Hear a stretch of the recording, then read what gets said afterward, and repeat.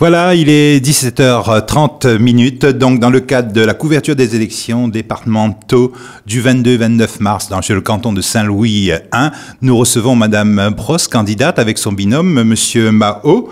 Bonsoir messieurs, bonsoir Madame. Bonsoir. Alors, on vous connaît comme présidente de Contribuable 97.4. Qu'est-ce qui vous a amené maintenant à vous lancer sur le suffrage universel ? Eh bien, écoutez, tout simplement que, comme avec Arsène, nous sommes contre tout cumul de mandats. Et quand je dis tout cumul, c'est tout cumul. Donc, nous avons dit, nous, on va se présenter, après tout, parce que nous avons des idées à faire passer.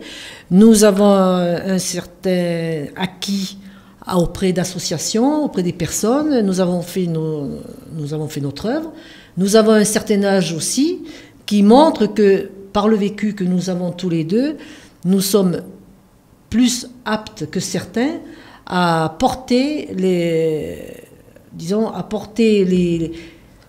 auprès du conseil départemental, j'allais dire général, parce que c'est dur de changer de nom comme ça, concernant nos concitoyens, concernant leur bien-être, concernant surtout ce qui peut être fait, et non pas vivre dans les rêves, en vendant du rêve, en disant « vous allez avoir, je vais vous donner, vous avez gagné ». C'est fini tout ça. Il faut savoir que le conseil départemental est complètement à la rue depuis la loi de décentralisation, puisque les finances n'ont pas suivi avec l'État. Et qu'est-ce que vous pensez justement de ce changement de scrutin, notamment maintenant avec des binômes, hormis qu'il y aura une forte représentation, en disant à moitié, du conseil départemental en femmes? Mais Saint-Louis n'est pas tellement concerné, parce qu'on a pu voir quand même des extensions de cantons. Oui, moi ça me fait rire, parce qu'il faudrait savoir déjà le coût de ce changement déjà de département en général en département départemental. Ça va générer un coût pour le contribuable, ça personne n'y pense, personne n'y a dit. Ensuite, ça fera un élu de plus. Ça veut dire que nous sommes dans une société où maintenant, il faut la parité à tous les étages. Il y a peut-être des femmes qui n'ont pas envie de se présenter, qui n'ont pas envie de faire quoi que ce soit, comme il y a des hommes. Mais les femmes, elles peuvent agir autrement que... Moi, je suis contre les lois excessives. Cette loi, elle est excessive. Se présente qui veut, après tout. Pourquoi obliger? Pourquoi obliger? Ce qui veut dire que pour certains binômes, on va se retrouver, que ce soit homme ou femme, avec des gens qui sont balancés là-dedans et qui ne pourront pas forcément bien nous représenter. Et là, cette fois-ci, vous vous présentez avec l'étiquette Debout la France, avec Nicolas Dupont-Aignan. Qu'est-ce que cela vous apporte? Eh bien, écoutez, déjà, ça m'apporte une certaine, disons, facilité, parce qu'avec l'UMP à La Réunion, à part être secrétaire départementale adjointe, depuis de nombreuses années, nous n'avons jamais eu de réunion politique. On ne nous a jamais demandé notre avis quant aux candidatures. On ne nous a jamais rien demandé. Et je m'aperçois que finalement, l'UMP Réunion n'est pas un parti démocrate. Tout est décidé entre personnes, entre gens, etc. Vous savez, l'entre-gens, l'entre-soi, etc. Et puis après, on se retrouve dans le fait accompli. On se retrouve avec des candidatures que moi, je n'aurais certainement pas approuvées. Des gens qui ont fait le tour du cadran dans les divers partis et qui se retrouvent après avec l'investiture ou le soutien de l'UMP. Je suis contre ce système-là. Et qu'est-ce que vous préconisez donc comme action sur le canton de Saint-Louis dans le domaine des compétences du conseil départemental? Alors il faut savoir déjà que moi je suis au conseil d'administration du groupement d'intérêt public du service à la personne auprès du conseil général, et nous avons mis en place le répit-repos concernant les aidants. Donc ça a été fait avec l'aide de la présidente, parce que je vois qu'en ce moment on lui casse beaucoup de sucre sur le dos, et que les élus sortants se prennent quand même les pieds dans le tapis, parce qu'ils ont fait partie à tour de rôle de sa majorité, et que maintenant ils crachent dans la soupe. Donc on verra bien au résultat ensuite comment ça va se faire. Donc moi je fais partie de ce conseil d'administration. Ensuite, moi je voudrais mettre en place sur le canton de Saint-Louis une maison pour les handicapés lourds. Donc construire une maison adaptée à ces personnes-là, qui devraient intégrer cette maison avant l'âge de 50 ans, parce qu'à partir de 60 ans, un handicapé n'est plus handicapé. Vous savez, c'est le miracle de la vie, ça. Il devient personne âgée. Donc il faut absolument qu'il intègre cette maison-là pour qu'à ses 60 ans, il soit là, qu'il reste là, qu'il finisse sa vie dans cette structure. Mais pas d'intégration sociale. Si, parce que si.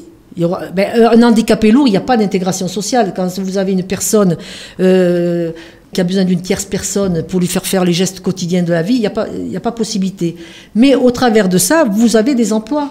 Vous avez des emplois d'aide à la personne, vous aurez des emplois dans cette structure. Vous voyez, il n'y aura pas des 1000 et des 100, mais il y aura au moins une vingtaine d'emplois.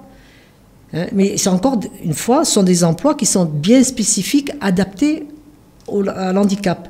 Et je voudrais que ce centre-là soit, dans un premier temps, administré par le Conseil général et ensuite passer la main à l'Association des paralysés de France, qui gère en métropole déjà plusieurs structures comme ça. Et je vous en parle en connaissance de cause parce que j'ai ma sœur aînée qui est dans une structure comme ça. Et c'est ce même modèle que je veux mettre sur La Réunion. Je vois également que vous voulez soutenir la création de services d'aide à la personne, cette fois-ci pour les personnes âgées. Ben oui, parce que vous savez que malheureusement... Ça fait partie de la compétence donc, du Conseil départemental maintenant, bientôt. Voilà, ça nous concerne parce qu'on ne sait pas dans quel état nous allons vieillir. Oui, surtout que la population commence à vieillir, quoi. Tant qu'on peut vivre bien, qu'on est sur ses pieds, qu'on raisonne bien, qu'on peut faire les actes de la vie quotidienne, il n'y a pas de souci. Mais il suffit qu'il nous arrive un accident, on ne peut plus bouger, on ne peut plus rien faire. Donc il faut absolument développer ce service d'aide à la personne. Ça se fait déjà. Et malheureusement, j'ai eu pour moi le cas de m'en servir quand j'ai eu un petit accident. Donc j'ai eu quelqu'un qui a été mandaté par mon assurance, qui est venu m'aider pendant 20 jours. Et vraiment, j'ai apprécié. En plus, c'était une jeune femme de Saint-Louis. J'ai vraiment apprécié ses compétences de cette petite jeune femme. Et je me suis dit, il y a des Saint-Louisiens quand même, des Saint-Louisiennes qui sont vraiment compétentes dans ce qu'elles font et dans ce qu'elles aiment. Mais au niveau de la Réunion, on voit quand même la famille est omniprésente. On essaye toujours de la garder au sein du milieu familial. Oui, mais parfois, il faut faire appel à des aides extérieures. Parce que quand c'est tout le temps la famille, on peut parfois être énervé, avoir pas de bons gestes. Ça arrive, ça, hein, quand on est énervé, qu'on voit que la personne qu'on aide, et puis on se dit, oh là là, elle ne peut pas faire ce geste correctement, mais j'en ai marre, puis on la bouscule un petit peu. Ben, c'est pour ça que de temps en temps, il faut faire appel à une autre personne de l'extérieur. Et c'est pour ça aussi que le JPSAP a mis en place un répit-repos pour permettre aux gens d'aller se reposer pendant une semaine. Vous avez aussi un volet concernant la valorisation des espaces naturels, notamment j'ai vu la forêt des Macs et de l'étang du Gol. Oui. Alors ça, c'est un projet qui tient très très à cœur à Arsène, parce que lui, il a toujours œuvré là-dedans. Mais si vous voulez, je peux lui laisser la parole un petit peu. Oui, eh bien, pour moi, c'est simple ce projet. Ça me tient beaucoup à cœur, parce que c'est la première fois qu'on voit une ville qui tourne le dos avec son littoral. Et c'est le cas de Saint-Louis. Nous avons une belle étendue d'eau, nous avons la possibilité de recevoir des touristes, de mettre en place pas mal de projets autour, et nous tournons le dos avec notre littoral. Quand on voit les dimanches ou bien les jours des fêtes, les gens qui viennent sur Saint-Louis, et on n'a même pas un point d'eau, il n'y a même pas un point sanitaire, je me pose la question, pourquoi? Et en développant ce projet autour, on a du travail à donner aux gens. D'abord, la formation. On va former les gens pour qu'ils arrivent à faire ce qu'ils ont envie de faire. On va l'accompagner pour qu'ils puissent faire un vrai métier. Et faire en sorte qu'en développant l'étang du Gol, par exemple, nous pouvons inciter les gens à investir, des partenaires qui viendront. Nous-mêmes, à travers ce projet, nous devons faire évoluer nos patrimoines. Un exemple bien concret, hormis une zone de pique-nique, alors, qu'est-ce que vous voulez faire réellement sur l'étang? Mais sur l'étang, nous avons déjà, pour commencer, il y a tout du côté de Saint-Louis, on a encore toutes les structures qui sont là, et qui sont vides. On va essayer d'amener les gens vers l'étang, mais c'est impossible. C'est impossible, parce qu'il faut que l'étang développe avec les gens de l'étang, les gens extérieurs bien sûr. Mais là, nous avons un gros problème, c'est qu'il y a plein de projets qui présentent, c'est-à-dire des gens qui ont mis des projets, mais ils n'ont rien en réalité. Et nous, ce qu'on propose, nous, c'est de prendre les gens, d'accompagner dans leur domaine, et faire en sorte que cela soit un travail réel à travers le développement de notre culture. Vous voulez encore rajouter quelque chose, Madame Brosse? Oui, moi je voulais dire qu'à l'étang du Gol, il y avait eu, vous savez, la fameuse structure Cénopolis, qui nous a coûté quand même au bas mot plus de 400 000 € du contribuable à des fins privées. Et bon, ça s'est perdu irrémédiablement. Vous avez porté l'action en justice, oui, il me semble, non? Oui, Ça a été classé sans suite ou quoi? Non, pas pour l'instant. On n'est pas au courant. Vous savez, on sait que quand les choses ont été classées sans suite dans les journaux. C'est terrible, hein? Mais c'est comme ça. Ensuite, il y avait eu une structure pas loin qui a été...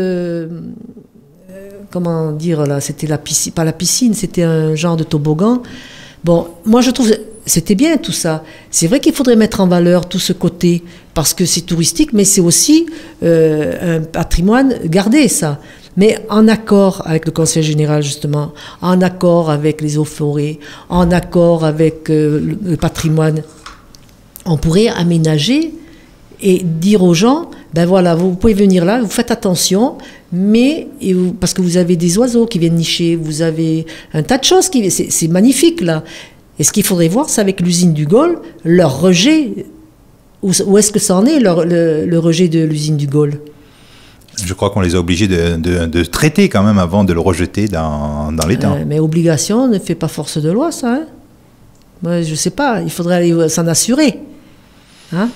Parce que aussi, je crois qu'on a supprimé la pisciculture, ou c'est en voie d'être supprimé, ça aussi. Oui, donc des problèmes de au rejet. Niveau économique, il me semble également. Au niveau de l'ARDA, vous parlez. Oui.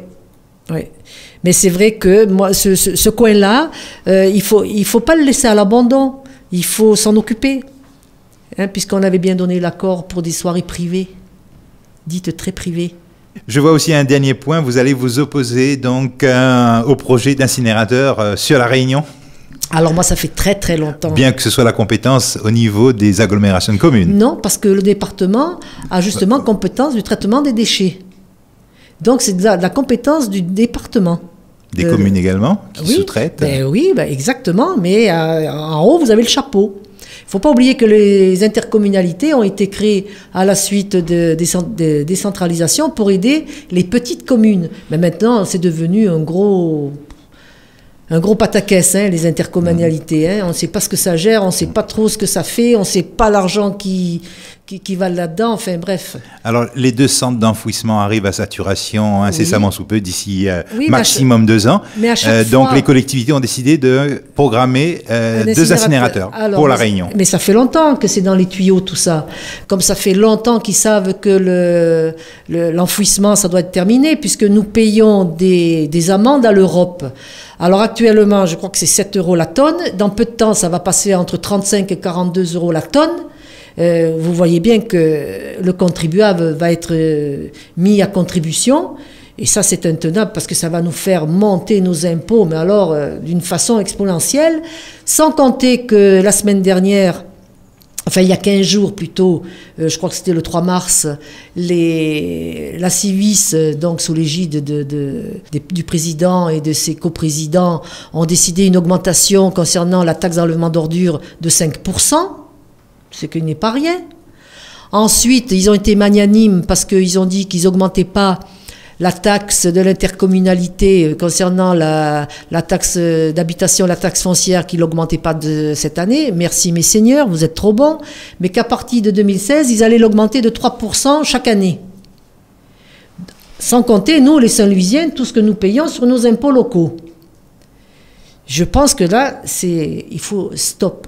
Sans compter qu'un incinérateur, c'est entre 20 et 25 hectares de terrain gelé pour implanter cet incinérateur, que c'est un périmètre de 500 mètres avant toute première construction.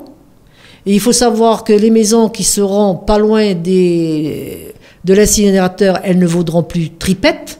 C'est-à-dire que vous aurez beau avoir une maison magnifique, puis personne ne viendra vous l'acheter. Donc votre patrimoine, il va s'écrouler. Sans compter qu'en 2020, l'Europe donne un coup d'arrêt à la construction des incinérateurs, et qu'un incinérateur, c'est 5 ans pour le construire. Donc, ce qui veut dire qu'à terme, on aura construit un cube qui ne servira à rien. C'est comme en Corse. En Corse, vous arrivez à Ajaccio, il y a un incinérateur, il n'a jamais servi. Vous voyez ? Et quelle solution préconisez-vous alors? Alors, il y a plusieurs solutions, mais moi je sais que je me suis penchée, ça fait plusieurs années que je me penche sur tout ça, et il y a un procédé qui s'appelle le procédé Calcior. Le procédé Calcior, c'est un industriel français qui a obtenu la médaille d'or de l'industrie française par rapport à cette trouvaille. C'est-à-dire que c'est la chaux, de la chaux vive, on traite tout par la chaux vive. Tout ce qui rentre le matin est traité le soir. Il n'y a rien de cancéreux là-dedans. Tout est traité, y compris les bouts de stations d'épuration, parce que l'incinérateur va traiter les bouts des stations d'épuration, mais que le nickel, il sera toujours. On va les brûler et on va s'en servir comme mâche-fer. Le mâche-fer, il faut savoir que c'est terriblement cancérigène avec le nickel, mais vous allez l'avoir sur la route, puisqu'on va s'en servir pour faire les routes, tout ça. Hein? Ou alors on va l'enterrer, ça va complètement aller dans les nappes phréatiques. Il faut savoir aussi que le procédé Calcior, on peut traiter la montagne d'ordures qui est à Pierrefonds et laisser le terrain nickel, que l'incinérateur ne traitera jamais ces ordures. Donc pendant 30 ans, on verra la torchère brûler. Ensuite, il faut savoir qu'un incinérateur ne brûle pas tout, qu'il y aura certains déchets qu'on sera obligé d'aller amener en métropole pour être traités, mais combien allons-nous payer? Alors oui, un incinérateur, c'est pratiquement 400 € la tonne que nous allons payer. Et ce procédé-là, ça va entre 90 et 120 € la tonne. Moi, je pose la question, pourquoi ces élus qui sont en place ne veulent pas en entendre parler? Parce que moi, je me suis déplacée pour voir le président de la Civis avec 2 ingénieurs concernant ce procédé. Il ne nous a jamais reçus. Pendant que nous, on montait les escaliers de la Civis, lui, il descendait les autres, il est parti. Erika Barège a eu le président de cette société, qui s'appelle Max Désier. Elle l'a eu en visioconférence à la CINOR en 2004. Ça n'a pas abouti. Pourquoi? Pour quelle raison? Moi, je me pose vraiment le pourquoi. On arrive au terme des 15 minutes d'entretien. Si vous voulez juste quelques secondes pour conclure. Eh bien, écoutez, moi, j'espère tout simplement que les gens vont faire attention à qui ils donneront leur suffrage. Ils ne seront pas défendus parce qu'il y a un mot d'ordre qui est donné, c'est qu'il ne faut pas affaiblir les intercommunalités. Il faut absolument qu'ils soient majoritaires au Conseil général pour ne pas les affaiblir. Ce qui veut dire que finalement, ils feront leur sauce et que l'électeur, lui, et le contribuable, continuera à payer et que certains vivront encore de beaux rêves devant eux. Merci madame, merci messieurs. C'était donc madame Josette Brosse et monsieur Mao Arsène, candidats donc aux élections départementales de Saint-Louis 1, Debout la France et Debout la Réunion. Et à 18 h, nous allons recevoir monsieur Badamia Louis-Jean et madame Waro Marie-Thérèse.